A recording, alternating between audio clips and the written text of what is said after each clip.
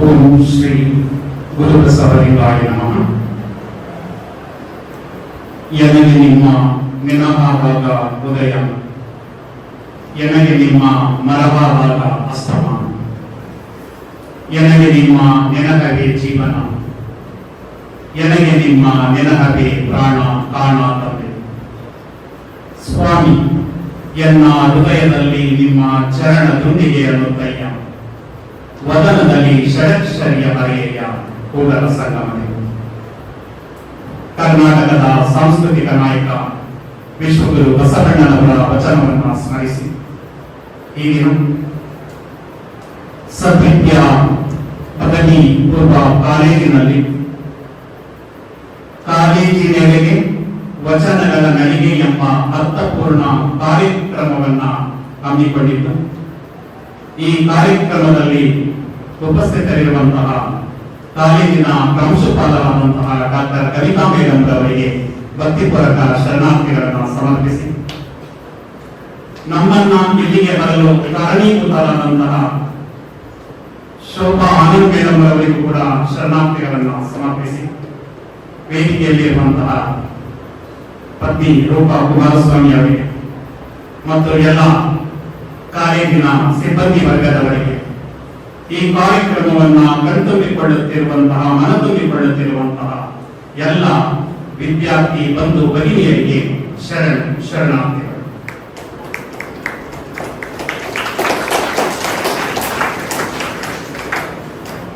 ನಾನು 1995ರಲ್ಲಿ ಪ್ರಥಮ PUCಯನ್ನ ಮರಿಮಲ್ಲಪ್ಪ ಕಾಲೇಜಿನಲ್ಲಿ ಓದ್ತಾ ಇದ್ದೆ. 1995 ಅದ್ರ ಪಕ್ಕ ಸದ್ವಿದ್ಯೆ ಆಗಿತ್ತು. ಅದು ಹೇಗೆ ಆವಾಗ ಸೈಲೆಂಟ್ ಆಗಿತ್ತು, ಈಗ ಕೂಡ ವಿದ್ಯಾರ್ಥಿಗಳೇ ಅದೇ ಒಂದು ರೀತಿಯ ಸೈಲೆಂಟ್, ಒಂದು ಮೌನ, ಯಾವುದೇ ಗದ್ದಲ ಇಲ್ಲ. ಆದ್ರೆ ಯಾವ್ದ್ರಲ್ಲಿ ಗದ್ದಲ ಮಾಡ್ತಾ ಇದ್ರು, ಫಲಿತಾಂಶದಲ್ಲಿ ಮಾತ್ರ ಹೆಚ್ಚು ಗದ್ದಲವನ್ನ ಮಾಡ್ತಾ ಇದ್ರು ಅನ್ನೋದನ್ನ ಆಗಿನ ಕಾಲದಿಂದಲೂ ನೋಡ್ಕೊಂಡು ಬರ್ತಾ ಇದ್ದೇನೆ. ತುಂಬಾ ಖುಷಿ ಕೊಡುವಂತಹ ವಿಚಾರ. ಇದನ್ನ ಕಾಲೇಜಿಗಳಿಗೆ ವಚನಗಳಿಗೆ ಒಂದು ಕಾರ್ಯಕ್ರಮ ಯಾಕೆ ಹಮ್ಮಿಕೊಂಡು ಅಂದ್ರೆ, ನಮ್ಮನ್ನ ಅನೇಕ ಕಾಲೇಜುಗಳಲ್ಲಿ ಪದವಿ ಪೂರ್ವ ಕಾಲೇಜು, ಪದವಿ ಕಾಲೇಜು ಮತ್ತೆ ವಿಶ್ವವಿದ್ಯಾಲಯ ಎಲ್ಲ ಕಡೆ ನಾವು ಉಪನ್ಯಾಸಕ್ಕೆ ಹೋಗ್ತೀವಿ. ಹೋದಾಗ ನಾವು ಕೇವಲ ಉಪನ್ಯಾಸವನ್ನ ಮಾಡಲ್ಲ ಮೇಡಮ್, ಅಲ್ಲಿ ನಿಮ್ಮ ವಿದ್ಯಾರ್ಥಿಗಳಿಂದ ಒಂದು 5 ವಿದ್ಯಾರ್ಥಿಗಳಾಗಲಿ 10 ವಿದ್ಯಾರ್ಥಿಗಳಾಗಲಿ ಅವರಿಂದ ಒಂದೊಂದು ವಚನವನ್ನ ಹೇಳಿಸಿದಾಗ ಅವರಿಗೂ ಕೂಡ ನಾವು ಒಂದು ವಚನ ಪುಸ್ತಕ ಮತ್ತು ವಚನ ಜೀವಿಗೆ ಪ್ರಮಾಣವನ್ನ ಪತ್ರವನ್ನ ಕೊಟ್ಟು ಬರ್ತೇವೆ. ಆದ್ದರಿಂದ ಅವರನ್ನು ಪ್ರಿಪೇರ್ ಮಾಡಬೇಕು ಅಂದಾಗ ತುಂಬಾ ಅತ್ಯುತ್ತಮವಾಗಿ ಬಹುಶಃಕ್ಕೆ ಅವಕಾಶ ಕೊಟ್ಟಿದ್ರೆ ಇಲ್ಲಿರುವಂತಹ 200ಕ್ಕೂ ಹೆಚ್ಚು ವಿದ್ಯಾರ್ಥಿಗಳು ವಚನ ಹೇಳ್ತಿದ್ದೇನೋ. ಆದ್ರೆ ಸಮಯದ ಕೊರತೆಯಿಂದ 6 ವಿದ್ಯಾರ್ಥಿಗಳು ಮಾತ್ರ ಈಗಿನ ವಾಚನವನ್ನ ಮಾಡಿದ್ದೀರಾ. ತುಂಬಾ ಅದ್ಭುತವಾಗಿ ಮಾಡಿದ್ದೀರಾ. ಪ್ರಾರ್ಥನೆಯಿಂದ ಸುಶ್ರಾವ್ಯವಾದ ವಚನ ಗಾಯನದೊಂದಿಗೆ ಪ್ರಾರಂಭವಾದದ್ದು 6 ವಿದ್ಯಾರ್ಥಿಗಳ ವಚನ ಮತ್ತು ವಚನ ತಾತ್ಪರ್ಯದಿಂದ ನನ್ನ ಮನ ಸಂತೋಷವಾಗಿದೆ. ಇವತ್ತು ನಮಗೆ ಕೊಟ್ಟಿರುವಂತಹ ವಿಷಯ ವಚನಗಳ ಜೀವನ ದರ್ಶನ. ವಚನ ಅಂದ್ರೆ ಸಾಮಾನ್ಯವಾಗಿ ನೀವು ಕೇಳಿರ್ತೀರ, ವಚನ ಅಂದ್ರೆ ಪ್ರಮಾಣ. ವಚನ ಕೊಡ್ತು ಅಂದ್ರೆ ಮುಗಿತು, ಅದಕ್ಕೆ ತಕ್ಕಂತೆ ನಾವು ನಡೆದುಕೊಳ್ಳಬೇಕು. ಆ ವಚನಗಳನ್ನ ಜೀವನ ದರ್ಶನವಾಗಿ ಮಾಡಿಕೊಳ್ಳೋದು ಹೇಗೆ? ಮನುಷ್ಯನ ಜೀವನ ತುಂಬಾ ವಿಶೇಷವಾದದ್ದು. ಈಗ ಉದಾಹರಣೆಗೆ ನಾವು ಮಾರುಕಟ್ಟೆಗೆ ಹೋಗಿ ಯಾವುದೇ ಒಂದು ವಸ್ತುವನ್ನ ತಗೊಳ್ತೀವಿ. ಟಿವಿ ಆಗ್ಬೋದು, ಫ್ರಿಡ್ಜ್ ಆಗ್ಬೋದು, ವಾಷಿಂಗ್ ಮಿಷಿನ್ ಆಗ್ಬೋದು. ಯಾವುದನ್ನೇ ತಗೊಂಡ್ರು ಕೂಡ ಅದನ್ನು ಮ್ಯಾನ್ಯುವಲ್ ಅಂತ ಕೊಡ್ತಾರೆ, ಅಲ್ಲ ಒಂದು ಕೈಪಿಡಿ ಅಂತ ಕೊಡ್ತಾರೆ. ಅಂದ್ರೆ ಅದನ್ನ ಹೇಗೆ ಬಳಸಬೇಕು, ವಾಷಿಂಗ್ ಮಿಷಿನ್ ಹೇಗೆ ಬಳಸಬೇಕು, ಫ್ರಿಡ್ಜ್ ಹೇಗೆ ಬಳಸಬೇಕು ಅನ್ನೋದನ್ನ ಒಂದು ಮ್ಯಾನ್ಯುವಲ್ ಅನ್ನ ಕೊಡ್ತಾರೆ. ಅವಕ್ಕೆ ನಾವು ಬೆಲೆ ಕೊಟ್ಟಿರ್ತೀವಿ, ಇಷ್ಟು ಬೆಲೆ ಅಂತ ಇರುತ್ತೆ. ಆದ್ರೆ ಬೆಲೆ ಕಟ್ಟಲಾರದಂತಹ ವ್ಯಕ್ತಿಗಳು ಯಾವ ಅಂದ್ರೆ ಮನುಷ್ಯ. ಅವ್ರಿಗೂ ಒಂದು ಮ್ಯಾನ್ಯುವಲ್ ಅಂತ ಇರ್ಬೇಕಲ್ವ, ಕೈಪಿಡಿ ಅಂತ ಇರ್ಬೇಕಲ್ವ. ಹಂಗೆ ಮಾನವ ತನ್ನ ಜೀವನವನ್ನ ಸದುಪಯೋಗ ಪಡಿಸಿಕೊಳ್ಳಲು ಈ ವಚನಗಳು ಒಂದು ರೀತಿ ಕೈಪಿಡಿಯಾಗಿದೆ, ವಚನಗಳು ಒಂದು ರೀತಿ ಮ್ಯಾನ್ಯುವಲ್ ಆಗಿದೆ ಅಂತ ನಾನು ಅದು ಭಾವಿಸ್ತೇನೆ. ನೀವು ಅನೇಕರು ಸಾಹಿತ್ಯಕ್ಕೂ ಮತ್ತು ಬದುಕಿಗೂ ಸಂಬಂಧವಿಲ್ಲ ಅನ್ನೋದು ಅನೇಕ ಕಡೆ ಕಾಣ್ತೀವಿ ನಾವು. ಆದ್ರೆ ಬದುಕು ಮತ್ತು ಸಾಹಿತ್ಯ ಎರಡಕ್ಕೂ ಕೂಡ ಅವಿನಾಭಾವ ಸಂಬಂಧ ಇರೋದು ವಚನ ಸಾಹಿತ್ಯದಲ್ಲಿ ಮಾತ್ರ. ಅಂದ್ರೆ ಶರಣರು ಏನ್ ಹೇಳಿದ್ರು ಅದನ್ನ ವಚನದಲ್ಲಿ ಬರೆದರು. ವಚನದಲ್ಲಿ ಏನ್ ಬರೆದಿದ್ದಾರೆ ಅದರಂತೆ ಬದುಕಿನಲ್ಲಿ ಅಳವಡಿಸಿಕೊಂಡು ತಮ್ಮ ಜೀವನವನ್ನ ಸದುಪಯೋಗ ಪಡಿಸಿಕೊಂಡ್ರು. ಅದಕ್ಕೆ ನಡೆ ನುಡಿ ಎರಡು ಕೂಡ ಸಾಮ್ಯತೆ ಇತ್ತು. ಅದಕ್ಕೆ ಶರಣರ ಕಾಲವನ್ನ 12ನೇ ಶತಮಾನ 1200 ಈಗ 2026 ಹೆಚ್ಚು ಕಡಿಮೆ 900 ವರ್ಷಗಳು ಕಳೆದರೂ ಕೂಡ ಯಾಕೆ ನೆನೆಸ್ಕೊಳ್ತಾ ಇದ್ದೀನಿ ಅಂದ್ರೆ ಅವರು ನುಡಿದಂತೆ ನಡೆದರು, ನಡೆದಂತೆ ನುಡಿದರು. ಆದುದರಿಂದ ಅಂತಹ ಒಂದು ಶರಣರ ಬಗ್ಗೆ ಒಂದು ಸಣ್ಣ ಪರಿಚಯವನ್ನ ಮಾಡಿ ಅನಂತರ ನಿಮ್ಮ ಒಂದು ಸಿಲೆಬಸ್ಗೆ ನಾನು ಹೋಗ್ತೇನೆ.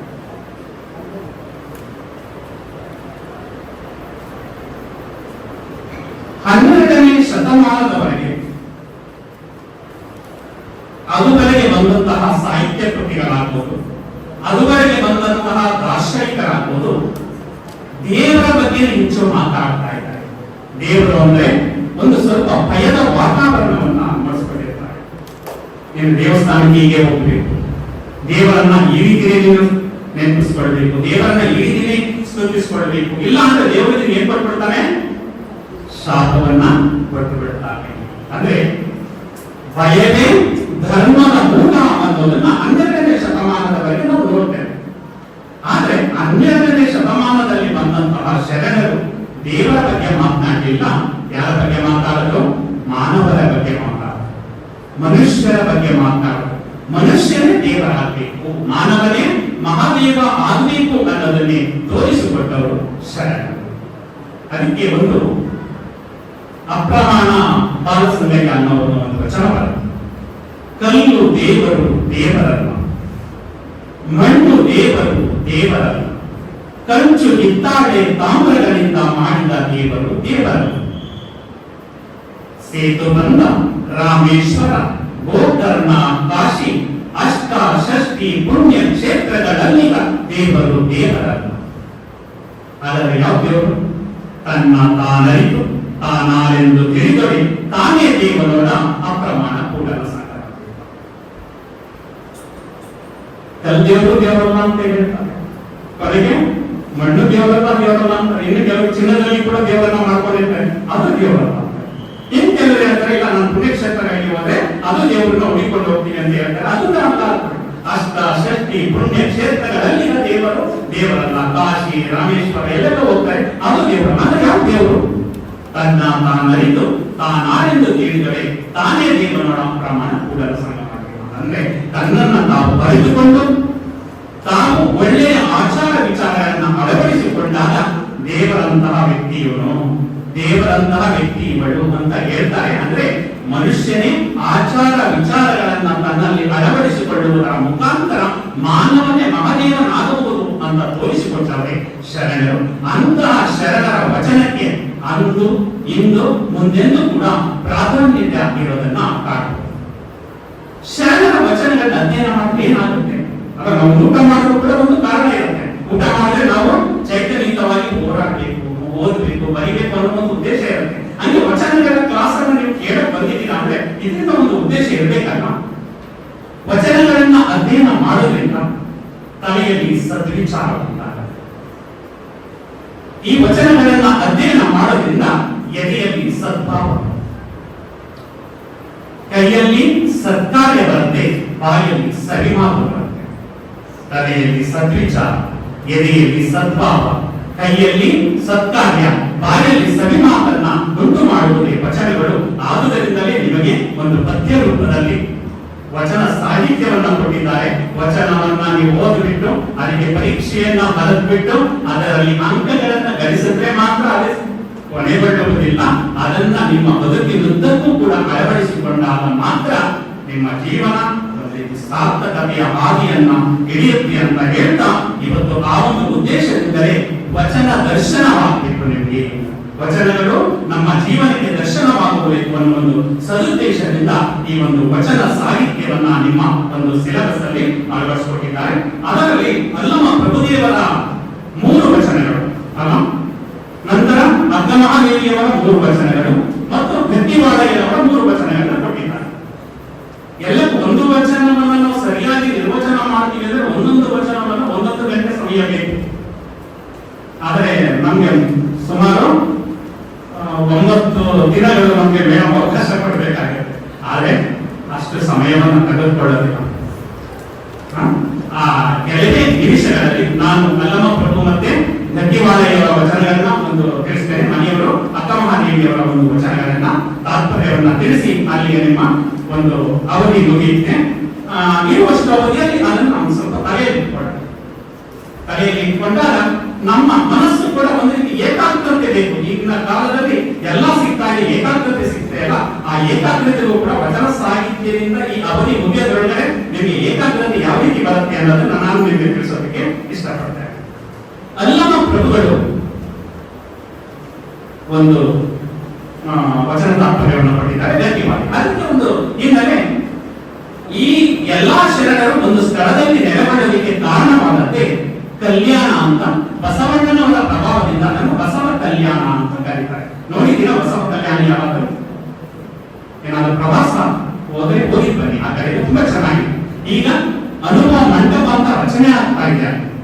ಆ ಅನುಭವ ಮಂಟಪ ರಚನೆ ಆಗುವಂತಹ ಸಂದರ್ಭದಲ್ಲಿ 1 ವರ್ಷದಲ್ಲಿ ಪೂರ್ಣ ಆಗುತ್ತೆ. ಅಲ್ಲಿ ಹೋಗಿ ಬಂದ್ರೆ ಇಡೀ ವಿಶ್ವವೇ ಅಲ್ಲಿ ತಿರುಗಿರುವಂತಹ ಒಂದು ಸ್ಮಾರಕ ನಿರ್ಮಾಣ ಆಗ್ತಾ ಇದೆ. ಅಲ್ಲಿ ಬಸವಣ್ಣನವರು 2 ತತ್ವವನ್ನ ಅಳವಡಿಸಿಕೊಳ್ತಾರೆ. ಒಂದು ಕಾಯಕ, ಮತ್ತೊಂದು ದಾಸೋಹ. ದುಡಿದು ಉಂಡ್ರಿ, ಉಳಿದದ್ದನ್ನ ಸ್ವಲ್ಪ ಸಮಾಜಕ್ಕೆ ಕೊಡ್ರಿ ಅಂತ. ದುಡಿದು ಉಂಡ್ರಿ ಅಂದ್ರೆ ಕಾಯಕ, ಉಳಿದದ್ದನ್ನ ಸ್ವಲ್ಪ ಸಮಾಜಕ್ಕೆ ಕೊಡ್ರಿ ಅಂದ್ರೆ ದಾಸೋಹ.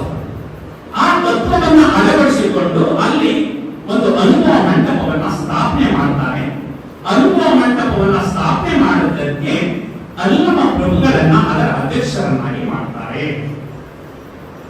ಅಲ್ಲಮ ಪ್ರಭುಗಳು ಎಲ್ಲಿಂದ ಬರ್ತಾರೆ ಅಂದ್ರೆ ಶಿವಮೊಗ್ಗ ಜಿಲ್ಲೆಯ ಶಿಕಾರಿಪುರ ತಾಲೂಕಿನ ಬಳ್ಳಿಗಾವಿ ಅನ್ನೋ ಒಂದು ಗ್ರಾಮ. ಜಗನ್ಮಾತೆ ಅಕ್ಕಮಹಾದೇವಿಯವರ ಜನ್ಮಸ್ಥಳವು ಅಲ್ಲೇ ಇದೆ, ಉಡುತಡಿ ಅಂತ. ಉಡುತಡಿಯಿಂದ 3 ರಿಂದ 4 ಕಿಲೋಮೀಟರ್ ದೂರ. ಅಲ್ಲಿಂದ ಅವರು ಎಲ್ಲಿ ಬರ್ತಾರೆ? ಬಸವ ಕಲ್ಯಾಣಕ್ಕೆ ಬರ್ತಾರೆ. ಅಲ್ಲಮ ಪ್ರಭುಗಳ ಒಂದು ವಿದ್ವತ್ತು, ಅವರ ಜ್ಞಾನ, ಇವೆಲ್ಲವನ್ನ ನೋಡಿ ಅನುಭವ ಮಂಟಪದ ಅಧ್ಯಕ್ಷರನ್ನಾಗಿ ಮಾಡ್ತಾರೆ. ಅಲ್ಲಿ ವಿಶೇಷವಾಗಿ ಎಲ್ಲ ಅಲ್ಲಿಯವರೆಗೆ ಸ್ತ್ರೀಯರೇನು ಶಿಕ್ಷಣಕ್ಕೆ ಅರ್ಹತೆಯನ್ನೇ ಪಡೆಯಲಿಕ್ಕೆ ಅವಕಾಶ ಇಲ್ಲ, ಸಾಹಿತ್ಯ ಬರೆಯೋದೊಂದು ಇಲ್ಲೇ ಇಲ್ಲ ಅನ್ನೋ ಒಂದು ಮೌಢ್ಯವನ್ನ ಇಟ್ಬಿಟ್ಟಿರ್ತಾರೆ. ದೇವ ಪೂಜೆಯಂತೂ ಮಾಡುವಾಗೇ ಇಲ್ಲ. ನಮಗೆ ಮೊದಲ ಕವಯತ್ರಿ ಅಂತ ಸಿಗೋದೇ 12ನೇ ಶತಮಾನದಲ್ಲಿ. ಯಾರು? ಅಕ್ಕ ಮಹಾದೇವಿಯವರೇ ಪ್ರಥಮ ಕವಯತ್ರಿ. ಅವಾಗಲಿಂದ ಮಹಿಳಾ ಶಿಕ್ಷಣಕ್ಕೆ ಒಂದು ರೀತಿಯ ಅವಕಾಶ ಸಿಗುತ್ತೆ. ಅಂತಹ ಅಲ್ಲಮ ಪ್ರಭುಗಳ ಒಂದು ಅನುಭವ ಮಂಟಪ ಮತ್ತು ಅಲ್ಲಿ ನಡೆಯುತ್ತಿದ್ದಂತಹ ಚರ್ಚೆ, ಅಲ್ಲಿ ಕೈಗೊಂಡಿದ್ದಂತಹ ಚಟುವಟಿಕೆಗಳನ್ನ ನೋಡಿ ಬೇರೆ ಬೇರೆ ದೇಶಗಳಿಂದ, ಬೇರೆ ಬೇರೆ ರಾಜ್ಯಗಳಿಂದ ಶರಣರು ಬರ್ತಾರೆ. ಆಫ್ಘಾನಿಸ್ತಾನ ಅಂತ ಕೇಳಿದ್ದೀರಾ? ಬೇರೆ ದೇಶ. ಅಲ್ಲಿಂದ ಮರುಳ ಶಂಕರ ದೇವರವರು ಬರ್ತಾರೆ. ಕಾಶ್ಮೀರ ಅಂತ ಕೇಳಿದ್ದೀರಲ್ಲ, ಅಲ್ಲಿ ಮಹಾರಾಜರಾಗಿರ್ತಾರೆ, ಮಹಾರಾಣಿ ಆಗಿರ್ತಾರೆ. ಮೋಳಿಗೆ ಮಾರಯ್ಯ ಮತ್ತು ಮೋಳಿಗೆ ಮಹಾದೇವಿ ಅಂತ ಅಲ್ಲಿಗೆ ಬರ್ತಾರೆ. ಈ ಕಡೆ ತಮಿಳುನಾಡಿನಿಂದ ಮಾದಾರ ಚೆನ್ನಯ್ಯ ಹೋಗ್ತಾರೆ. ಈ ಕಡೆ ಮಹಾರಾಷ್ಟ್ರದಿಂದ ಸಿದ್ದರಾಮೇಶ್ವರ ಅಂತ ಬರ್ತಾರೆ. ಮಧ್ಯಪ್ರದೇಶದಿಂದ ಡೋಹರ ಕತ್ತಯ್ಯ ಬರ್ತಾರೆ. ಹೀಗೆ ಬೇರೆ ಬೇರೆ ದೇಶಗಳಿಂದ, ಬೇರೆ ಬೇರೆ ರಾಜ್ಯಗಳಿಂದ ಬಂದು ಅಲ್ಲಮ ಪ್ರಭುಗಳ ಒಂದು ಅನುಭವ ಮಂಟಪದಲ್ಲಿ ಕೂಡಿಕೊಳ್ತಾರೆ. ಅಲ್ಲಿ ಒಟ್ಟು ಎಷ್ಟು ಜನ ಅಂದ್ರೆ ಅನುಭವ ಮಂಟಪದಲ್ಲಿ 770 ಅಮರ ಗಣಕರಿರ್ತಾರೆ.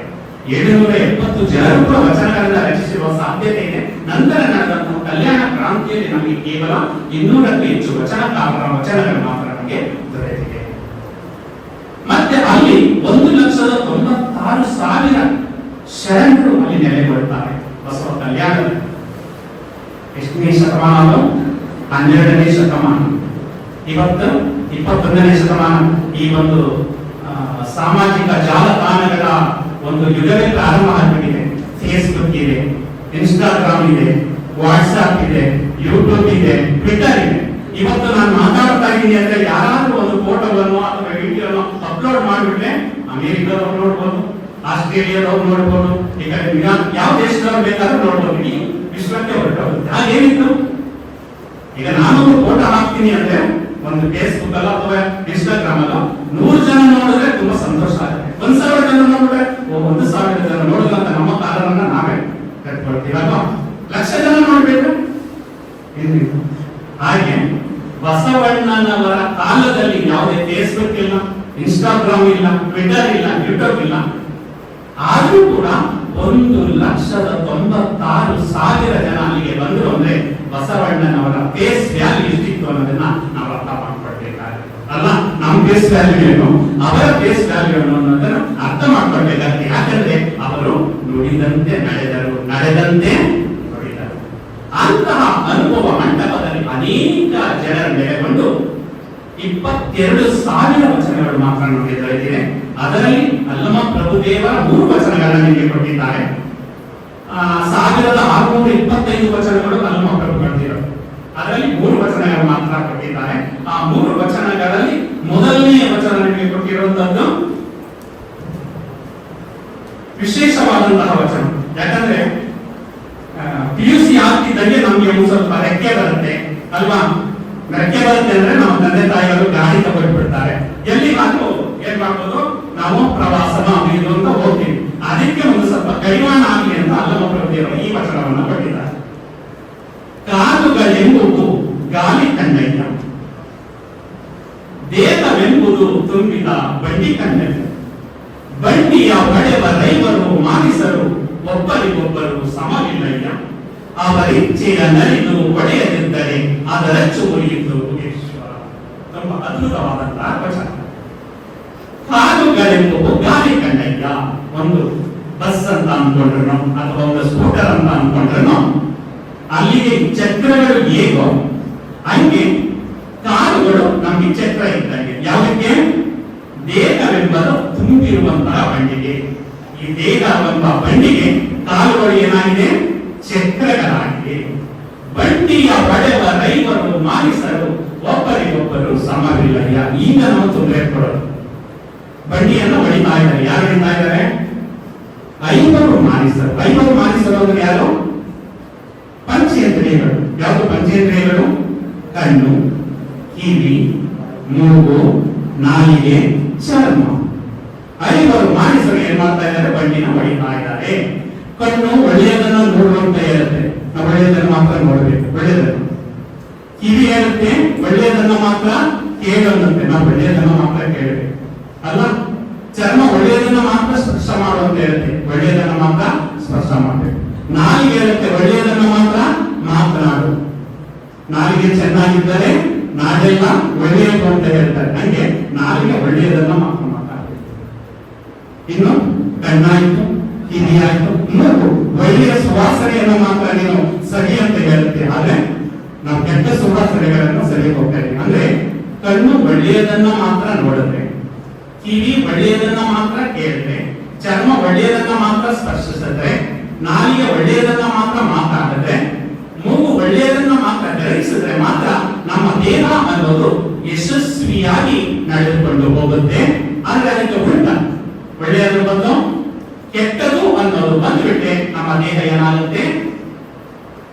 ನಶಿಸಿ ಹೋಗುತ್ತೆ. ಅದಕ್ಕೆ ತುಂಬಾ ವಿಶೇಷವಾದಂತ ಒಬ್ಬರಿಗೊಬ್ಬರು ಸಮವಿಲ್ಲಯ್ಯ, ಅವರ ಇಚ್ಛೆಯ ನರಿದು ಪಡೆಯದಿದ್ದರೆ ಅದರಚ್ಚು ಮುರಿಯಿತು ಈಶ್ವರ.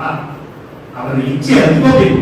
ಕಣ್ಣಿನ ಉದ್ದೇಶ ಏನು, ಕಿವಿಯ ಉದ್ದೇಶ ಏನು, ನಾಲಿಗೆಯ ಉದ್ದೇಶ ಏನು, ಚರ್ಮದ ಉದ್ದೇಶ ಏನು, ಇದನ್ನ ತಿಳಿದುಕೊಂಡು ಅದರ ಇಚ್ಛೆಗೆ ಅನುಗುಣವಾಗಿ ಅವನ್ನ ಬಳಸಿಕೊಂಡಾಗ ನಮ್ಮ ಜೀವನದ ಯಾತ್ರೆ ಸುಖಕರವಾಗಿ ನಡೆಯುತ್ತೆ. ಅದಕ್ಕೆ ಒಂದು ಬಸವಣ್ಣವರ ವಚನವನ್ನು ನಾನು ಹೇಳಲಿಕ್ಕೆ ಇಷ್ಟಪಡ್ತೇನೆ.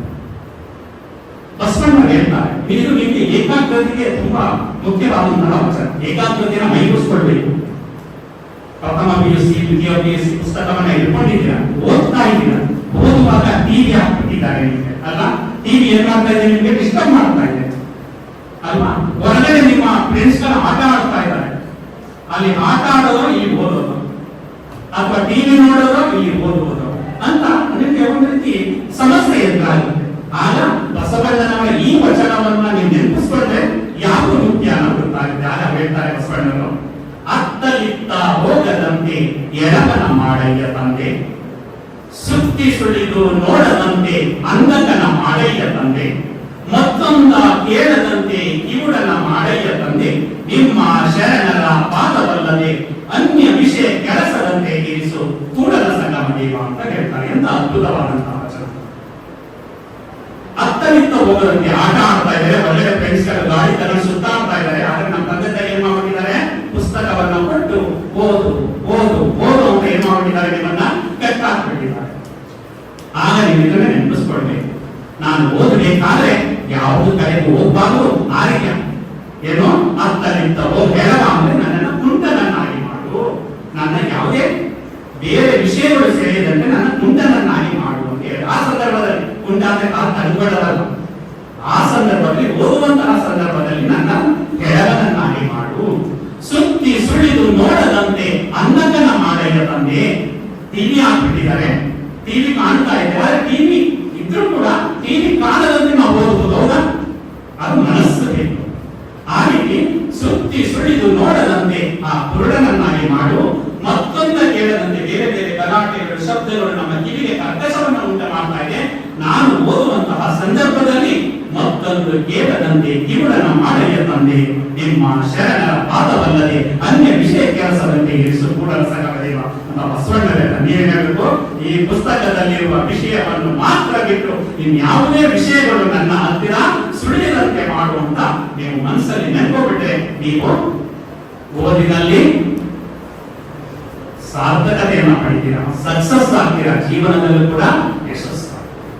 ಏನಾದ್ರೂ ಸಾಧನೆಯನ್ನ ಮಾಡಿ, ಸಾಧನೆಯನ್ನ ಮಾಡಲಿಲ್ಲ ಅಂದ್ರೆ ನಮ್ಮನ್ನು ಯಾರು ನೆನ್ಕೊಳ್ಳೋದಿಲ್ಲ. ವಿಶ್ವದ ಅತ್ಯಂತ ದೊಡ್ಡ ಪ್ರಶಸ್ತಿ ಯಾವುದು? ಯಾರು? ವಿಶ್ವದಲ್ಲಿ ನೊಬೆಲ್ ಪ್ರಶಸ್ತಿ ಅಲ್ಲ? ಆ ನೊಬೆಲ್ ಪ್ರಶಸ್ತಿ ತಗೊಳ್ಬೇಕು ಅನ್ನೋ ಆಸೆ ಯಾರು ಇದೆಯಾ? ಸಂಕಲ್ಪ ಇಟ್ಕೊಂಡು ಯಾರು ಹೇಳ್ಬಾರ್ದು, ಮನಸ್ಸಲ್ಲಿ ಇಟ್ಕೊಂಡು ತಗೊಂಡ್ಮೇಲೆ ನಾವು ಕಾಲ್ ಮಾಡಿ. ಅರ್ಥ ಆಯ್ತಲ್ಲ? ಆಲ್ಫ್ರೆಡ್ ನೊಬೆಲ್ ಅದರ ಸ್ಥಾಪಕ. ಅವ್ರ ಬಗ್ಗೆ ನಿಮಗೆ ಒಂದು ವಿಸ್ಮಯಕಾರಿಯಾದಂತಹ ಘಟನೆ ಈ ಸಂದರ್ಭದಲ್ಲಿ ಹೇಳಿಸಲು ಕಾಣ್ತದೆ. ಅವರು ಡೈನಮೈಟ್, ರಸಾಯನ ಶಾಸ್ತ್ರಜ್ಞ, ಅವರು ಡೈನಮೈಟ್ ಅನ್ನ ಕಂಡುಹಿಡಿತಾರೆ. ಡೈನಮೈಟ್ ಅನ್ನ ಕಂಡುಹಿಡಿದಾಗ ಒಳ್ಳೆಯ ಉದ್ದೇಶ, ಬಂಡೆಗಳನ್ನ ಚೂರು ಮಾಡೋದಕ್ಕೆ ಅದನ್ನ ಕಂಡುಹಿಡಿದಿರ್ತಾರೆ. ಆದ್ರೆ ಅದನ್ನ ಏನು ಮಾಡ್ತಾರೆ, ಯುದ್ಧಕ್ಕೆ ಬಳಸಿಕೊಂಡು ಲಕ್ಷಾಂತರ ಜನ ಅದರಿಂದ ಸಾವನ್ನ ಹೋಗ್ಬಿಡ್ತಾರೆ. ಯಾವುದರಿಂದ? ಡೈನಮೈಟ್ ಬಳಕೆಯಿಂದ ಲಕ್ಷಾಂತರ ಜನ ಸತ್ತೋಗ್ಬಿಡ್ತಾರೆ. ಎಲ್ಲ ಇವನನ್ನ ದೂಷಿಸ್ತಾ ಇರ್ತಾರೆ. ಇವರು ಡೈನಮೈಟ್ ಅನ್ನು ಕಂಡುಹಿಡಿದ್ರಿಂದ ಅನೇಕ ಜನರ ಮಾರಣ ಹೋಮ ಆಯಿತು. ಒಂದು ಸಲ ಇವರು ವಿಮಾನಕ್ಕೆ ಹೋಗ್ಬೇಕಾಗುತ್ತೆ. ಆಲ್ಫ್ರೆಡ್ ನೊಬೆಲ್ ವಿಮಾನಕ್ಕೆ ಹೋಗಿ ನೇರ ಹೋಗ್ಬೇಕು, ಆದ್ರೆ ಸಮಯ ಆಗ್ಬಿಡುತ್ತೆ. ವಿಮಾನ ಏನಾಗುತ್ತೆ, ಪಾಸ್ ಆಗ್ಬಿಡುತ್ತೆ.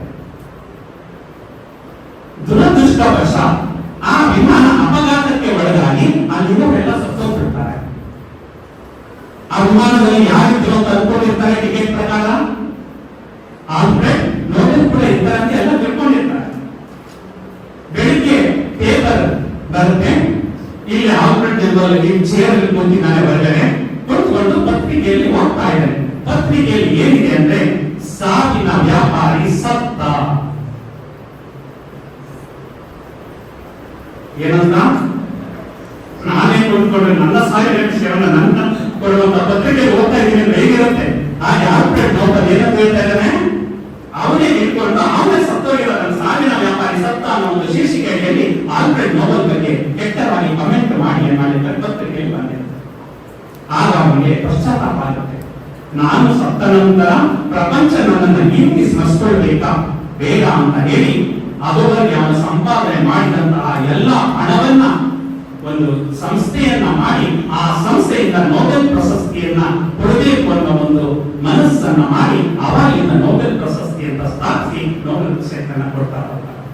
ಅಂದ್ರೆ ಆಲ್ಫ್ರೆಡ್ ನೊಬೆಲ್ ಇವಾಗ ನೆನಪಾಗೋದು ಡೈನಮಿಕ್ ಕಂಡುಹಿಡಿದ್ರಿಂದಲ್ಲ, ಏನ್ ಮಾಡೋದ್ರಿಂದ ಆ ನೊಬೆಲ್ ಅನ್ನೋ ಒಂದು ಪಾರಿತೋಷಕವನ್ನ ಅಥವಾ ಪುರಸ್ಕಾರವನ್ನ ಅಥವಾ ಒಂದು ಪ್ರಶಸ್ತಿಯನ್ನ ಸ್ಥಾಪಿಸಿದ್ರಿಂದ ಅವ್ರನ್ನ ನೆನಪೋತಾ ಇದ್ದೀನಿ. ಅಂತಹ ವ್ಯಕ್ತಿತ್ವ ನಾವು ಆಗ್ಬೇಕು.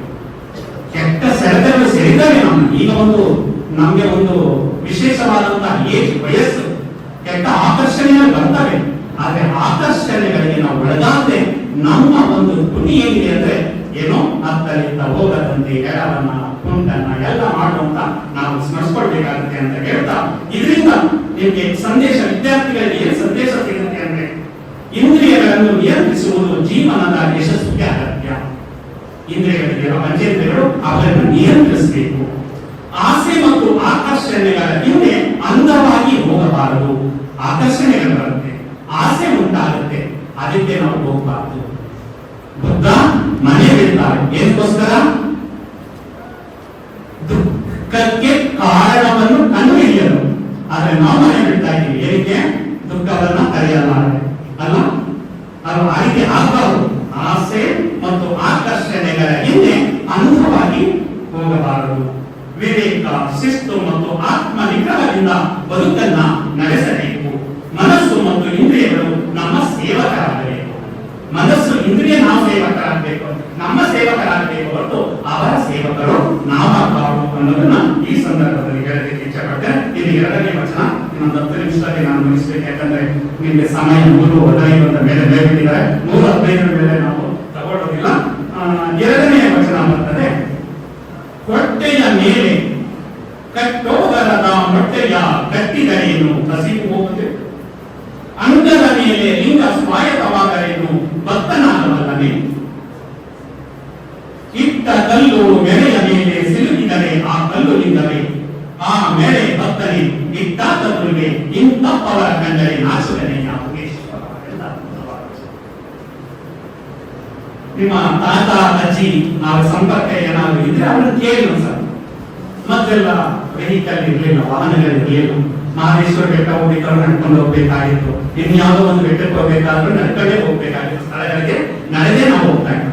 ಆಗ ಏನ್ ಮಾಡ್ತಾ ಇದ್ರು, ಬುತ್ತಿ ಅಂತ ಕಟ್ಕೊಡ್ತಾ ಇದ್ರು. ಆ ಬುತ್ತಿ 10 ದಿನ ಮಾತ್ರ ಕೆಡ್ತಾ ಇರಲಿಲ್ಲ. ಆಗ ಫ್ರಿಡ್ಜಲ್ಲಿ ಕೆಟ್ಟೋಗ್ಬಿಡ್ತಾ ಇದೆ ಅಲ್ಲ.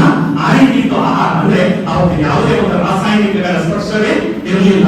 ನೇರವಾಗಿ ಭೂಮಿಯಿಂದ ಬೆಳೆದಂತ ಆಹಾರ ಮಾತ್ರ ಇರ್ತಿತ್ತು. ಈಗ ರಾಸಾಯನಿಕಗಳು ಬಂದು ಎಲ್ಲ ಏನಾಗ್ಬಿಟ್ಟಿದೆ, ಆಹಾರವು ಕಲುಷಿತ ಆಗ್ಬಿಟ್ಟಿದೆ.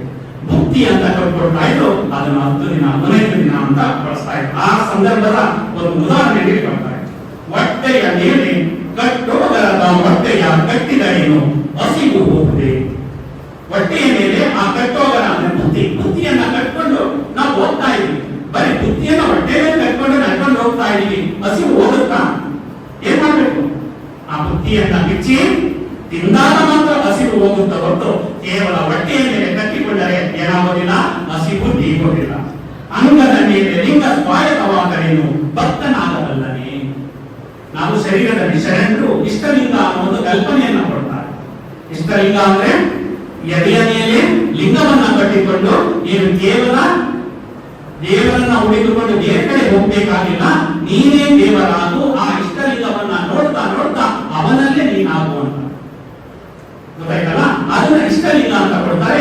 ಆ ಲಿಂಗವನ್ನ ನೀನು ದೇಹದಲ್ಲಿ ಕಟ್ಕೊಂಡ ತಕ್ಷಣ ನೀನು ಭಕ್ತನಾಗೋದಿಲ್ಲ. ಏನಿರ್ಬೇಕು? ಆಚಾರ ಇರಬೇಕು. ಜೊತೆಗೆ ಇಟ್ಟ ಕಲ್ಲು ಮೆಳೆಯ ಮೇಲೆ ಸಿಲುಕಿದರೆ ಆ ಕಲ್ಲು ಲಿಂಗವೇ, ಆ ಮೆಳೆ ಭಕ್ತನೇ. ಇಟ್ಟ ಅಂತ ಗುರುಡಿ ಅಂತ ಕೇಳ್ತಾರೆ, ಪ್ರಶ್ನೆ ಆಗ್ತಾ ಇದೆ. ಅಲ್ಲಿ ಒಂದು ಕಲ್ಲನ್ನು ತಗೊಂಡು ಬಂದು ಮೆಳೆ ಅಂದ್ರೆ ಒಂದು ಪೊದೆಗೆ ಏನ್ ಮಾಡ್ತಾ ಇದ್ದಾರೆ, ಅದನ್ನ ಇಟ್ಬಿಡ್ತಾರೆ. ಇಟ್ಬಿಟ್ಟಾಗ ಆ ಕಲ್ಲು ಲಿಂಗ ಆಗುತ್ತಾ? ಮತ್ತು ಆಮೇಲೆ ಆ ಪೊದೆ ಭಕ್ತನ ಆಗ್ತಾನ, ಮತ್ತೆ ಅದನ್ನ ಇರ್ತನಲ್ಲ ಅವನು ಗುರು ಆಗ್ತಾನ ಅಂತ ಪ್ರಶ್ನೆ ಹಾಕ್ತಾ ಇದ್ದಾರೆ ನಮ್ಮ ಪ್ರಭುಗಳು. ಇಂತಪ್ಪವರ ಕಂಡರೆ ನಾಶವೇ ಯಾವಗೇಶ್ವರ. ಇಂಥವರನ್ನ ಕಂಡ ತಕ್ಷಣ ನಾಶತಾರೆ. ಅಂದ್ರೆ ಆಡಂಬರದ ಪೂಜೆಗಿಂತ ಅಂತರಂಗದ ಅರಿವು ಮುಖ್ಯ ಅನ್ನೋದನ್ನ ಈ ಒಂದು ವಚನದ ಮೂಲಕ ವಿಶೇಷವಾಗಿ ಕೊಡ್ತಾ ಇದ್ದಾರೆ. ಲಿಂಗವನ್ನ ತಗೊಂಡು ಬಂದು ಪೊದೆಯಲ್ಲಿ ಇಟ್ಬಿಟ್ಟು ಅದು ಏನಾಗಲ್ಲ, ಅದು ದೇವರಾಗುವುದಿಲ್ಲ. ಅದು ಅನೇಕರು ಶರಣರಾಗುವುದು, ಪುರಂದರದಾಸರು ಅದನ್ನೇ ಹೇಳ್ತಾರೆ. ಒಂದು ದೇವಸ್ಥಾನದಲ್ಲಿ ಅವತ್ತು 6 ಗಂಟೆಗೆ ಪೂಜೆ ಬರಬೇಕು, ಒಂದು 6 ಕಾಲ ಆಗ್ಬಿಡುತ್ತೆ ಪೂಜಾರಿಗಳು ಬರಲು. ಆಗ ಏನ್ ಮಾಡ್ತಾರೆ, ಅಲ್ಲಿ ಹೊರಗಡೆ ಒಂದು ನಾಯಿ ಏನ್ ಮಾಡ್ಬಿಟ್ಟಿರುತ್ತೆ, ಕೆಡಿಸ್ಬಿಟ್ಟು ಹೋಗ್ಬಿಟ್ಟಿರುತ್ತೆ. ಅಯ್ಯೋ ಇದು ಸ್ವಚ್ಛ ಮಾಡಕ್ ಆಗಲ್ವಲ್ಲ ಅಂದ್ಬಿಟ್ಟು ಒಳಗಡೆ ಹೂಗಳಿರುತ್ತಲ್ಲ, ಆ ಹೂಗಳನ್ನ ತಂದು ಅದರ ಮೇಲೆ ಹಾಕ್ಬಿಟ್ಟಿರ್ತಾರೆ. ಯಾರೋ ಪೂಜಾರಿ ಒಳಗಡೆ 6:30 ಎಲ್ಲ ಸ್ವಚ್ಛ ಎಲ್ಲ ಮಾಡಿ ದೇವರನ್ನ ಕಾಯ್ತಾ ಇದ್ದಾರೆ, ಭಕ್ತರು ಬರ್ಲಿಲ್ವಲ್ಲ ಅಂತ 6:30 ಬಂದು ನೋಡ್ತಾನೆ, ಅಲ್ಲಿ ಎಲ್ಲಿ ಹೂಗಳು ಹಾಕಿದ್ದು ಅಲ್ಲಿ ಸಾಲಿ ಬಿಟ್ಟಿದ್ದಾರೆ. ಅಂದ್ರೆ ಬರೋದು ನಮಸ್ಕಾರ ಮಾಡೋದು, ಹೂ ಮುಡ್ಕೊಳ್ಳೋದು, ಬರೋದು ನಮಸ್ಕಾರ ಮಾಡೋದು, ಹೂ ಮುಡ್ಕೊಳ್ಳೋದು. ಅಂದ್ರೆ ಅದಕ್ಕೆ ಪುರಂದರದಾಸರು ತಮ್ಮ ಒಂದು ವಾಣಿಯಲ್ಲಿ ಹೇಳ್ತಾರೆ, ನದಿಯು ಬರುತ್ತಿದೆ ಜನಗೆ, ನದಿಯು ಬರುತ್ತಿದೆ ಅಂತ. ಅಂದ್ರೆ ಜನಗಳು ಏನು ಅರ್ಥ ಮಾಡ್ಕೊಳ್ಳೋದು, ಎಲ್ಲಿ ಕಲ್ಲಿರುತ್ತೋ ಅದು ದೇವರು, ಎಲ್ಲಿ ಹೂ ಇರುತ್ತೋ ಅದು ದೇವರು ಅಂತ ಹೇಳಿ ಒಂದು ನಮ್ಮನ್ನ ಮರ್ತ್ಬಿಡ್ತಿದ್ದಾರೆ. ಆ ಒಂದು ಉದ್ದೇಶದಿಂದ ಈ ರೀತಿ ಅಂದ್ರೆ ಪೊದೆಯಲ್ಲಿ ಇರುವಂತಹ ಎಲ್ಲಾ ಕಲ್ಲುಗಳು ಲಿಂಗವಾಗುವುದಿಲ್ಲ, ಆ ಪೊದೆಯ ಭಕ್ತನಾಗುವುದಿಲ್ಲ, ಆ ಗಿಟ್ಟಾದರೂ ಕೂಡ ಏನಾಗುವುದಿಲ್ಲ, ಗುರು ಆಗುವುದಿಲ್ಲ. ಗುರು ಅಂದಾಗ ಅರಿವನ್ನ ತೋರಿಸಿದಾತನೇ ಗುರು ಅಂತ. ಯಾರು ನಮಗೆ ಅರಿವಿನ ಮಾರ್ಗವನ್ನು ತೋರಿಸ್ತಾರೆ, ಬದುಕಿನ ಪಯಣದಲ್ಲಿ ನೀನು ಈ ರೀತಿ ಇರಬೇಕು ಅಂತ ನಮ್ಮನ್ನ ಕೈ ಹಿಡಿದು ನಡೆಸ್ತಾರೋ ಅವರೇ ನಿಜವಾದ ಗುರುವಾಗುವುದಕ್ಕೆ ಸಾಧ್ಯ. ಅಂತಹ ಸುಂದರದ ಆಚರಣೆಗಳನ್ನ ಕಂಡು ನಮ್ಮ ಗುಹೇಶ್ವರ ಅಂದ್ರೆ ಅವರ ಪ್ರತಿಯೊಬ್ಬರು ಕೂಡ ಅಂಕಿತವನ್ನು ಇಟ್ಕೊಳ್ತಾರೆ. ಆ ಅಂಕಿತದ ಮುಖಾಂತರ ನಮ್ಮ ಗುಹೇಶ್ವರನೆತ್ತಾರೆ ಅಂದ್ರೆ ಪರಶಿವ. ಈ ಶಿವ ಪರಶಿವನನ್ನ ಅವರು ಸೂಚಿಸ್ತಾರೆ, ಅವರು ನೆತ್ತಾರೆ ಅಂತ ಹೇಳ್ತಾರೆ. ಇನ್ನು ಮೂರನೇ ವಚನ, ಇದಕ್ಕೆ ಸಂದೇಶ ಒಂದು ಹೇಳ್ಬಿಡ್ತಾನೆ, ವೇಷಕ್ಕಿಂತ ವ್ಯಕ್ತಿತ್ವ ಮುಖ್ಯ. ಈ ಒಂದು ವಚನದ ಸಂದೇಶ ಏನು ಅಂದ್ರೆ, ವೇಷಕ್ಕಿಂತ ವ್ಯಕ್ತಿತ್ವ. ನಾನು ಯಾಕೋ ವೇಷ ಮುಖ್ಯ ಅಲ್ಲ, ನಾನು ಹೇಗೆ ನಡೀತೀನಿ ಸಮಾಜದಲ್ಲಿ ಅದು ಮುಖ್ಯ. ಚಿಹ್ನೆಗಳಿಗಿಂತ ಚಿಂತನೆ ಮುಖ್ಯ ಅಂತ. ನಾವು ಏನ್ ಚಿಹ್ನೆಗಳನ್ನ ಬಳಸ್ತೀವಿ ಅದು ಮುಖ್ಯ ಅಲ್ಲ, ಚಿಂತನೆ ಮುಖ್ಯ ಅಂತ. ಮಾತಿಗಿಂತ ಆಚರಣೆ ಮುಖ್ಯ ಅಂತ. ನಿಜವಾದ ಭಕ್ತಿ ಎಂದರೆ ಒಳ್ಳೆಯ ಗುಣವನ್ನ ಬೆಳೆಸಿಕೊಳ್ಳುವುದು ಅನ್ನೋದನ್ನ ಈ ಒಂದು ಸಂದೇಶವನ್ನ ನಿಮಗೆ ಈ ಒಂದು ವಚನದ ಮುಖಾಂತರ ಕೊಡ್ತಾ ಇದ್ದಾರೆ. ಕೊನೆಗೆ ಮೂರನೇ ವಚನ ಅಲ್ಲಮ ಪ್ರಭುದು, ನಾ ದೇವನಲ್ಲದೆ ನೀ ದೇವನೇ, ನೀ ದೇವನಾದರೆ ಎನ್ನ ನೀತಿ ಸಲಹೆ, ಆ ರೈಲು ಒಂದು ಕುಳಿತೆ ಮುದಕವ ನೆರವೆ, ಹಸಿದಾಗ ಹೋಗರವ ನಿಕ್ಕುವೆ, ನಾ ದೇವಕ ನಾ ಗುಹೇಶ್ವರ. ತುಂಬಾ ವಿಶೇಷವಾದಂತಹ ವಚನ, ಒಂದು ವಿಶೇಷವಾದ ಚಿಂತನೆಗೆ ದೂಡುವಂತಹ ವಚನ. ಮೂರು ಪದಗಳನ್ನು ಬಳಸ್ತೀವಿ ನಾವು. ಒಂದು ಚಿತೆ, ಇನ್ನೊಂದು ಚಿಂತೆ, ಇನ್ನೊಂದು ಚಿಂತನೆ. ಚಿತೆ ಅಂದ್ರೆ ಸತ್ತವರನ್ನ ಸುಡುವಂಥದ್ದು, ಚಿಂತೆ ಬದುಕಿರುವವರನ್ನು ಸುಡುವಂಥದ್ದು. ಚಿತೆ ಸತ್ತವರನ್ನ ಸುಟ್ಟರೆ, ಚಿಂತೆ ಬದುಕಿರುವವರನ್ನು ಸುಡುತ್ತೆ. ಚಿಂತನೆ ನಾವು ಜೀವನದಲ್ಲಿ ಯಾವ ರೀತಿ ಒಳ್ಳೆಯ ಆಚಾರ ವಿಚಾರಗಳನ್ನು ಅಳವಡಿಸಿಕೊಳ್ಬೇಕು ಅನ್ನೋದಕ್ಕೆ ಚಿಂತನೆ ಅವಕಾಶ ಮಾಡಿಕೊಡುತ್ತೆ. ಆ ರೀತಿ ಚಿಂತನೆಗೆ ಅವಕಾಶ ಮಾಡಿಕೊಡುವಂತಹ ವಚನ ನಾ ದೇವನಲ್ಲದೆ ನೀ ದೇವನೇ. ದೇವಸ್ಥಾನದ ಮುಂದೆ ಹೋಗಿ ದೇವರ ಹತ್ರ ಅವರು ಪ್ರಶ್ನೆ ಮಾಡ್ತಾ ಇದ್ದಾರೆ, ಯಾರು? ಅಲ್ಲಮ ಪ್ರಭುಗಳು. ನಾ ದೇವನಲ್ಲದೆ ನೀ ದೇವನೇ, ನೀ ದೇವನಲ್ಲದೆ ಎಲ್ಲ ರೀತಿ ಸಲಹೆ. ನೀವು ದೇವರಾಗಿದ್ರೆ ನನ್ನನ್ನು ಯಾಕೆ ಕಾಪಾಡ್ತಾ ಇಲ್ಲ? ನೀನು ಕಾಪಾಡ್ತಾ ಇಲ್ಲ ಅಂತ ಪ್ರಶ್ನೆ ಆಗ್ತದೆ. ಕೊನೆ ಹೇಳ್ತಾರೆ, ಆ ರೈಲು ಒಂದು ಕುಳಿತೆ ಉದಕವ ನೆರವೆ. ಯಾರಾದ್ರೂ ದಾನಾಂತ ಬಂದ್ರೆ ನಾನು ನೀರು ಕೊಡ್ತಾ ಇದ್ದೀನಿ ಅವರಿಗೆ, ನೀನು ದಾನಾಂತ ಬಂದ್ರೆ ಯಾರು ನೀರು ಕೊಡ್ತೀನಿ ಅಂತ ಪ್ರಶ್ನೆ ಆಗ್ತಾ ಇದೆ. ಯಾಕೆ? ದೇವರಿಗೆ. ಯಾರೋ ದಾನಾಂತ ಬಂದ್ರು, ನೀನು ಅವ್ರಿಗೆ ನೀರು ಕೊಡ್ತಾ ಇದೀಯಾ, ನಾನು ನೀರು ಅಂತ ಕೊಡ್ತಾ ಇದ್ದೀನಿ. ಹಸಿವಾಗದೆ ಒಂದು ತುತ್ತು ಹೋಗರವನಿಟ್ಟು, ಯಾರಾದ್ರೂ ಹಸಿವು ಅಂತ ಬಂದ್ರೆ ಒಂದು ಹೊತ್ತಿನ ಊಟವನ್ನು ಕೊಡ್ತಾ ಇದ್ದೀನಿ. ನಾ ದೇವ ಕಾರಣ ಗುಹೇಶ್ವರ. ನೀನಲ್ಲ ದೇವರು, ನಾ ದೇವ. ಅಂದ್ರೆ ಮಾನವನೇ ಮಹಾದೇವ ಆಗಬೇಕು ಅಂತ ಪ್ರಾರಂಭದಲ್ಲಿ ಹೇಳಿದೆ. ಮನುಷ್ಯನಲ್ಲಿ ಒಳ್ಳೆಯ ಗುಣ, ಪ್ರೀತಿ, ಕರುಣೆ ಮತ್ತು ವಿಸ್ಮಯಗಳ ಈ ಒಂದು ತಾಳದಲ್ಲಿ ಅವರನ್ನು ಯಾವಾಗ ಅಳವಡಿಸಿಕೊಳ್ತಾನೋ ಅವನೇ ಏನಾಗ್ತಾನೆ? ದೇವರಾಗ್ತಾನೆ ಅಂತ ಹೇಳ್ತಾನೆ. ಮಾನವನೇ ಮಹಾದೇವನಾಗುವಂಥದ್ದು ಈ ಸಂದರ್ಭ. ನೀನಲ್ಲ ದೇವರು, ನಾನು ದೇವರು. ಯಾಕಂದ್ರೆ ಯಾರಾದ್ರೂ ದಾಹಾಂತ ಬಂದ್ರೆ ಅವರಿಗೆ ಒಂದು ಲೋಟ ನೀರನ್ನ ಕೊಡ್ತಾನೆ, ಯಾರಾದ್ರೂ ಹಸುವು ಅಂತ ಬಂದ್ರೆ ಅವರಿಗೆ ಒಂದು ಹೊತ್ತಿನ ಊಟವನ್ನ ಕೊಡ್ತಾನೆ. ಯಾರಾದ್ರೂ ದಾಹ ಇರುತ್ತೆ, ತುಂಬಾ ದಾಹ ಇರುತ್ತೆ, ಎಲ್ಲೋ ಕಾಡಿನಲ್ಲಿ ಹೋಗ್ಬಿಟ್ಟಿರ್ತೀರ, ಆಗ ಯಾರಾದ್ರೂ ಒಂದು ಲೋಟವನ್ನು ನೀರು ಕೊಟ್ಟರೆ ಏನು ಕೊಡ್ತೀರ? ನೀವು ಬಿಸಿಲಿನ ತಾಪ ಏನಾಗ್ತಾ ಇದೆ, ಸುಡ್ತಾ ಇದೆ, ನಿಂತು ಸುಡ್ತಾ ಇದೆ, ನೀರಿಲ್ಲ, ಎಲ್ಲೂ ನೀರು ಕೊಟ್ಟಾಗ ಅಮ್ಮ ನನ್ನ ದಾಹವನ್ನ ನೀಗಿಸಿದಂತಹ ದೇವತೆ ನಿನ್ನಮ್ಮ ಅಂತ ಹೇಳ್ತೀರ ಅಲ್ವಾ? ಯಾವಾಗ ನೀರನ್ನ ಕೊಡ್ತಾರೆ, ಯಾವಾಗ ಈಗಲ್ಲ ಬಿಡಿ, ಈಗ ಅದರ ಇರುತ್ತೆ. ನಮಗೆ ಯಾವಾಗ ಅವಶ್ಯಕತೆ ಇರುತ್ತೋ, ಅವಶ್ಯಕತೆ ಇದ್ದಾಗ ಸಿಗುವಂತದ್ದು, ಆಗ ಅವರನ್ನ ದೇವರನ್ನಾಗಿ ಮಾಡುತ್ತೆ. ಅರ್ಥಾಯ್ತಲ್ಲ? ಹಂಗೆ ಹಸಿವಾದ ಒಂದು ತುತ್ತು, ಹಸಿವು ತುಂಬಾ ಹಸಿವಾಗಿ ಬಿಟ್ಟಿರುತ್ತೆ. ಆ ಹಸಿವಾದಾಗ ಒಂದು ತುತ್ತು ಯಾರು ಒಂದು ಹೊತ್ತಿನ ಊಟವನ್ನು ಕೊಡ್ತಾರೋ, ಅಪ್ಪ ನನ್ನ ಹೊಟ್ಟೆಯ ಹಸಿವನ್ನ ನೀಗಿಸ್ತೇ, ನೀವೇ ದೇವರು ಅಂತ ಕೊಂಡಾಡುವುದನ್ನ ನೋಡಿದ್ದೀವಿ. ಅಂತಹ ಒಂದು ವಚನ. ಇದರ ಒಂದು ಸಂದೇಶ ಏನು ವಿದ್ಯಾರ್ಥಿಗಳಂದ್ರೆ, ಹಸಿದವರಿಗೆ ಅನ್ನ ನೀಡುವುದು ದೊಡ್ಡ ಪುಣ್ಯ. ಹಸಿದವರಿಗೆ ಅನ್ನ ನೀಡಬೇಕು. ಎರಡನೇದು, ಬಾಯಾರಿದವರಿಗೆ ನೀರು ಕೊಡುವುದು ಮಾನವೀಯತೆ. ಇತರರ ನೋವಿಗೆ ಸ್ಪಂದಿಸುವ ಮನಸ್ಸು ಬೆಳೆಸಿಕೊಳ್ಳುವುದು ದೇವರನ್ನು ಹುಡುಕುವುದಕ್ಕಿಂತ ದೇವರ ಗುಣಗಳನ್ನು ನಮ್ಮೊಳಗೆ ಬೆಳೆಸಿಕೊಳ್ಳಬೇಕು. ಈ ದೇವರನ್ನು ಹುಡುಕಕ್ಕೆ ಹೋಗ್ಬೇಡ, ದೇವರ ಗುಣಗಳನ್ನು ನೀವೇ ಬೆಳೆಸುವಾಗ ನೀನೇನಾಗ್ತೀಯಾ? ದೇವರಾಗ್ತೀಯ ಅನ್ನೋ ಒಂದು ವಚನದ ಮುಖಾಂತರ ಅಲ್ಲಮ ಪ್ರಭುದೇವರ ಈ ಒಂದು ಮೂರು ವಚನಗಳು ನಮ್ಮ ಒಂದು ವಿಶೇಷ ಚಿಂತನೆಗೆ ನಮ್ಮನ್ನ ತಗೊಂಡು ಹೋಗುತ್ತೆ ಅಂತ ಹೇಳ್ತಾ, ಈ ವಚನಗಳು ಕೇವಲ ನಾವು ಪಠ್ಯಕ್ಕೆ ಅಳವಡಿಸಿಕೊಳ್ಳದೆ ಅದನ್ನ ಜೀವನದಲ್ಲಿ ಅಳವಡಿಸಿಕೊಂಡಾಗ ನಾವು ಕೂಡ ಒಂದು ವಿಶೇಷ ಪ್ರಭೆ ನಮ್ಮಲ್ಲಿ ಬರುತ್ತೆ ಅಂತ ಹೇಳ್ತಾ, ನಂತರ ಬರುವಂತದ್ದು ಇನ್ನೊಬ್ಬರು ವಚನಕಾರರು ಗಟ್ಟಿವಾಳೆ.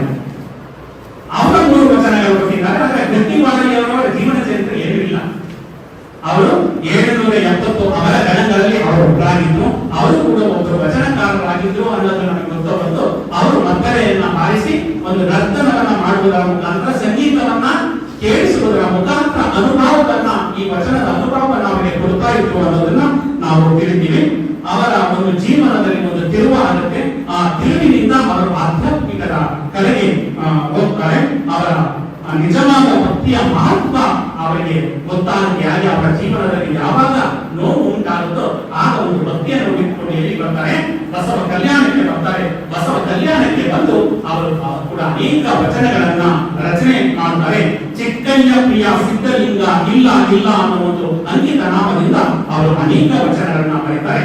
ಅದರಲ್ಲಿ ನಿಮಗೆ 3 ವಚನಗಳಲ್ಲಿ ಸಂಕ್ಷಿಪ್ತವಾಗಿ ಹೇಳಲಿಕ್ಕೆ ಇಷ್ಟಪಡ್ತಾರೆ.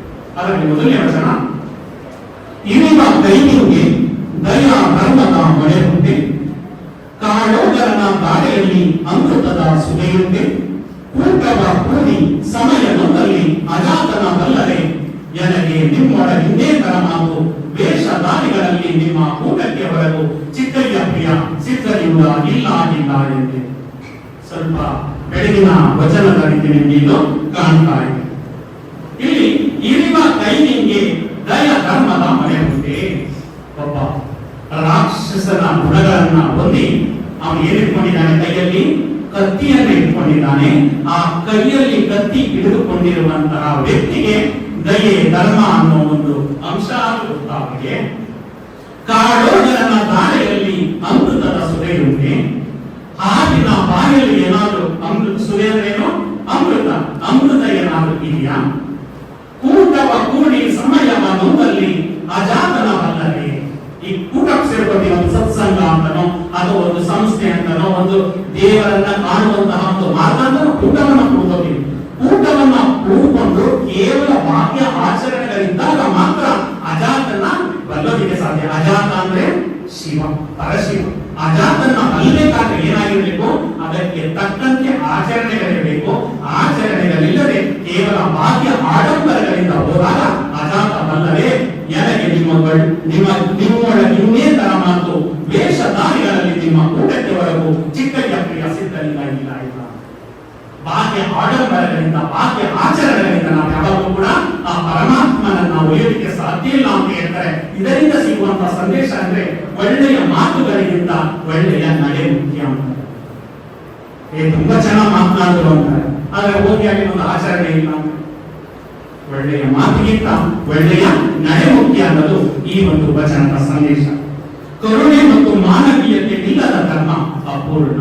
ಅದಕ್ಕೆ ಬಸವಣ್ಣವರು ಹೇಳ್ತಾರೆ, ದಯವಿಲ್ಲದ ಧರ್ಮವದಾವುದಯ್ಯ, ದಯತೆ ಬೇಕು ಸಕಲ ಪ್ರಾಣಿಗಳೆಲ್ಲರಲ್ಲಿ, ದಯತೆ ಧರ್ಮದ ಮೂಲವಯ್ಯ, ಕೂಡಲ ಸಂಗಯ್ಯ ನಂತಲ್ಲದೊಲ್ಲನಯ್ಯ ಅಂತ ಹೇಳ್ತಾರೆ.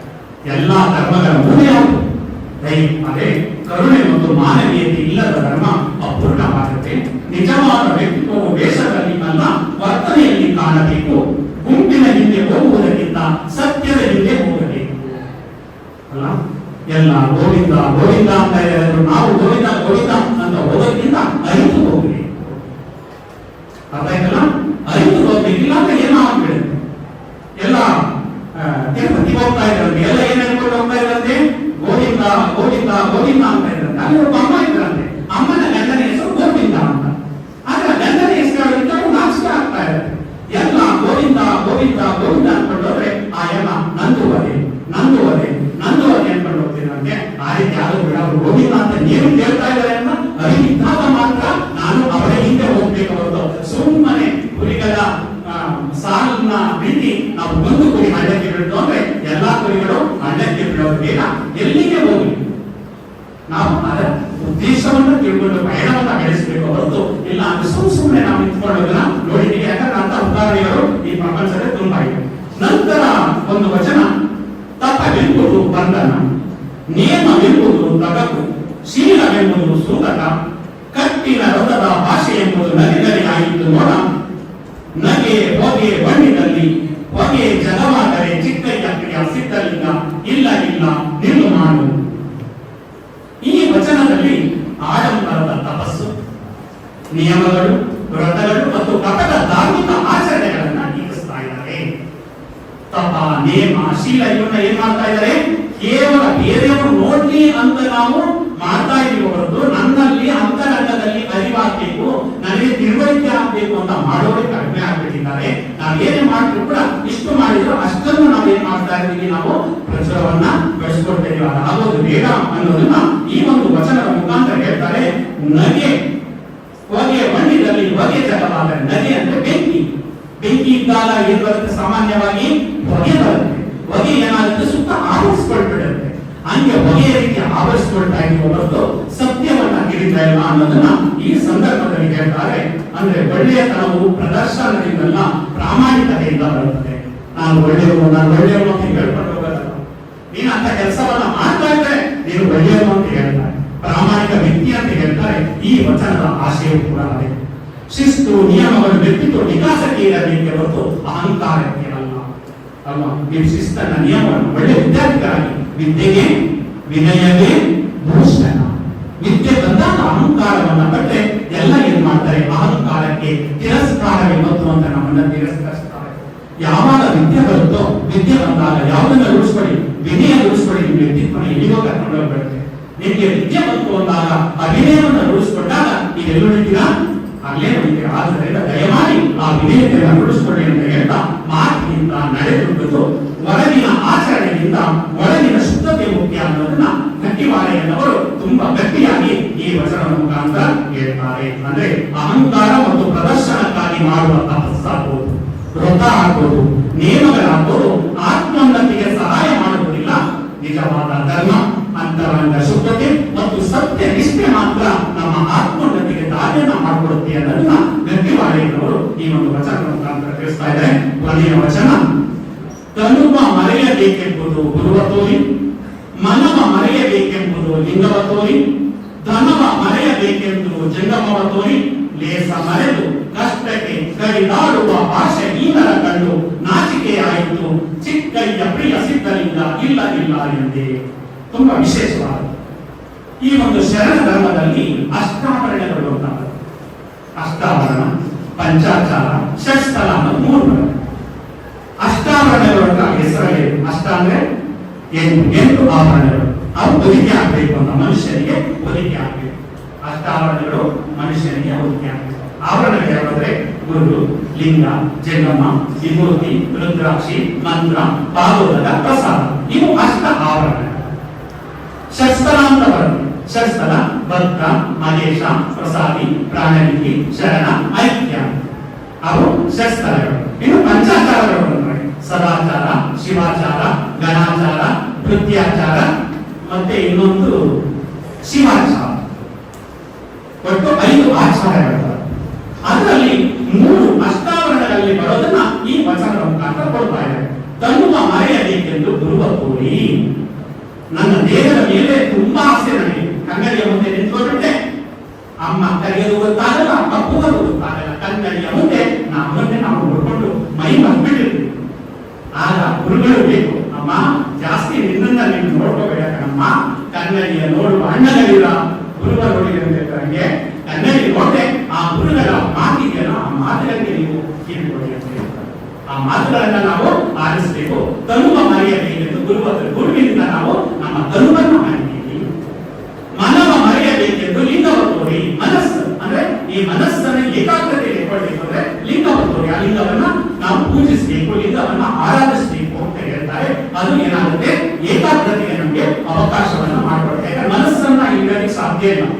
ಇನ್ನೇನೋ 3 ಗಂಟೆ ಆಗ್ತಾ ಇದೆ, ಆದ್ರೆ ಮನಸ್ಸು ನಮ್ಮ ಅಮ್ಮ ಏನ್ ಮಾಡಿದ್ದಾರೆ, ರುಚಿಯಾಗಿ ಮಾಡಿದಾರ, ಫೋನ್ ಮಾಡಿ ಕೇಳ್ಕೊಳ್ಳೋದು. ರುಚಿಯಾಗಿ ಮಾಡಿಲ್ಲ ಅಂದ್ರೆ ಅಲ್ಲಿ ದಾರಿ ಉದ್ದಕ್ಕೂ ಭಕ್ಷ್ಯ ಭೋಜನಗಳು ನಮ್ಮಲ್ಲಿ ಏನ್ ಮಾಡ್ತವೆ, ಸರಿತಾ ಇರ್ತವೆ. ಆ ಸರಿಯುವ ಭಕ್ಷ್ಯ ಭೋಜನಗಳಿಗೆ ಹೋಗಿ ಏನಾಗುತ್ತೆ, ನಮ್ಮ ದೇಹ ಏನಾಗುತ್ತೆ, ಹಾಳಾಗುತ್ತೆ. ಆ ರೀತಿ ಮನವ ಮರೆಯಬೇಕೆಂದು ಲಿಂಗವ ತೋರಿ ಅಂತ ಹೇಳ್ತಾರೆ. ಆ ಲಿಂಗವನ್ನ ನಾವು ಪೂಜೆ ಮಾಡಬೇಕು. ಧನವ ಮೆರೆಯಬೇಕೆಂದು ಜಂಗಮವ ತೋರಿ. ಧನವನ್ನ ಮರೆಯಬೇಕು. ಹಣವನ್ನು ಸುಮ್ಮನೆ ಕೆಟ್ಟದಕ್ಕೆ ಬಳಸೋದ್ಕಿಂತ ಒಳ್ಳೆ ಜಂಗಮ ಅಂದ್ರೆ ಒಳ್ಳೆ ಕೆಲಸಗಳಿಗೆ ಬಳಸು. ಅದಕ್ಕೆ ಹೇಳಿ, ಲೇಸ ಮರೆದು ಕಷ್ಟಕ್ಕೆ ಕಡಿದಾಡುವ ಭಾಷೆ ಈಗರ ಕಂಡು ನಾಚಿಕೆ ಆಯಿತು, ಚಿಕ್ಕಯ್ಯ ಪ್ರಿಯ ಸಿದ್ಧಲಿಂಗ ಇಲ್ಲ ಅಂತ ಹೇಳ್ತಾರೆ. ಅದನ್ನ ಒಂದು ವಿಶೇಷ ಉದ್ದೇಶಗಳಿಗೆ ಬಳಸಿಕೊಂಡು ನಮ್ಮ ತನುವನ್ನ, ನಮ್ಮ ದೇವರನ್ನ ಸಾರ್ಥಕಪಡಿಸಿಕೊಳ್ಬೇಕು ಅಂತ ಹೇಳ್ತಾ ಈ ಒಂದು ವಚನದ ಸಂದೇಶ ಏನಪ್ಪಾ ಅಂದ್ರೆ, ಶಿಕ್ಷಣದ ಉದ್ದೇಶ ಜ್ಞಾನವನ್ನ ಪಡೆದು ಉತ್ತಮ ವ್ಯಕ್ತಿಯಾಗುವುದು. ಆದ್ರೆ ಈಗ ಶಿಕ್ಷಣದ ಉದ್ದೇಶ ಇಂಜಿನಿಯರ್ ಆಗೋದು, ಡಾಕ್ಟರ್ ಆಗೋದು, ಅಥವಾ ಅಥವಾ ಪೈಲಟ್ ಆಗೋದು, ಈ ರೀತಿ ಆಗ್ಬಿಟ್ಟಿದೆ. ಆಗ್ಬೇಕು, ಅದ್ರ ಜೊತೆ ಏನು ಕೂಡ ಇರಬೇಕು, ಜ್ಞಾನ ಇರಬೇಕು. ಶಿಕ್ಷಣದ ಉದ್ದೇಶ ಜ್ಞಾನವನ್ನ ಪಡೆದು ಉತ್ತಮ ವ್ಯಕ್ತಿ ಆಗಬೇಕು. ಧರ್ಮದ ಉದ್ದೇಶ ಮಾನವೀಯತೆಯನ್ನು ಬೆಳೆಸುವಂತದ್ದು. ಅಹಂಕಾರ, ದುಷ್ಟ ಚಿಂತನೆ, ಲೋಪವನ್ನು ತೊರೆಯಬೇಕು. ಸಣ್ಣ ವಿಷಯಗಳಿಗೆ ಜಗಳ ಮಾಡದೆ ಜೀವನದ ಉನ್ನತ ಗುರಿಯನ್ನ ಅರಿಯಬೇಕು. ಜೀವನದ ಉನ್ನತ ಗುರಿ ಇದೆ, ನಮ್ದು ಒಂದು ದೊಡ್ಡ ಗುರಿ ಇದೆ.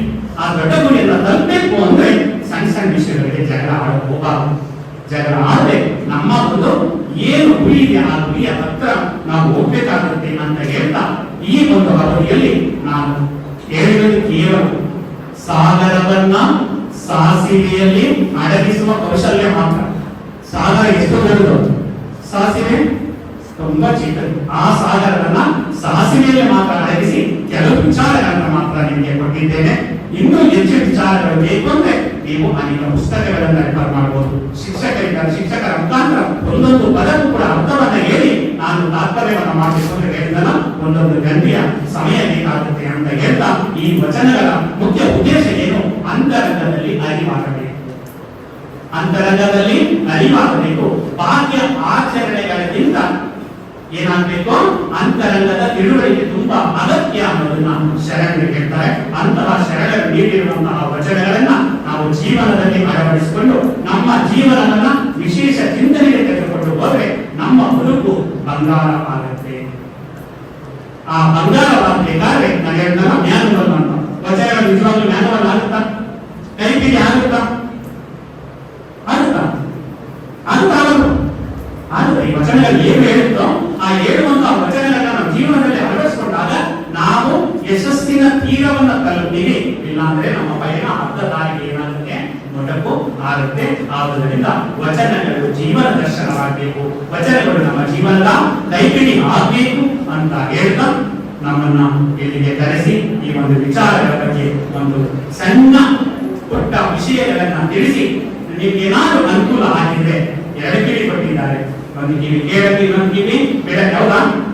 ಎರಡು ಕಿವಿಗಳಿಂದ ಕೂಡ ಒಳ್ಳೆಯದನ್ನ ಸ್ವೀಕರಿಸಿ ಹೃದಯದಲ್ಲಿಟ್ಟು ಆಚರಿಸಿ ಅಂತ, ಆ ರೀತಿ ಒಳ್ಳೆಯ ವಿಚಾರಗಳನ್ನ ಹೃದಯದಲ್ಲಿ ಇಟ್ಕೊಳ್ಳಿ ಅಂತ ಹೇಳ್ತಾ ನನ್ನನ್ನ ಇಲ್ಲಿಗೆ ಕರೆಸಿ ಅವಕಾಶ ಮಾಡಿಕೊಟ್ಟಂತಹ ಶೋಭಾ ಮೇಡಮ್ ಅವರಿಗೆ ಮತ್ತು ಎಲ್ಲ ಸಿಬ್ಬಂದಿ ವರ್ಗದವರಿಗೆ ತುಂಬಾ ಸುಂದರವಾಗಿ ನಿರೂಪಣೆ ಮೇಡಮ್ ಪ್ರಾರಂಭದಲ್ಲಿ ವಚನ ಕೇಳಿ ನನ್ನ ಜನ್ಮ ಕೂಡ ಅವನಾಯಿತು.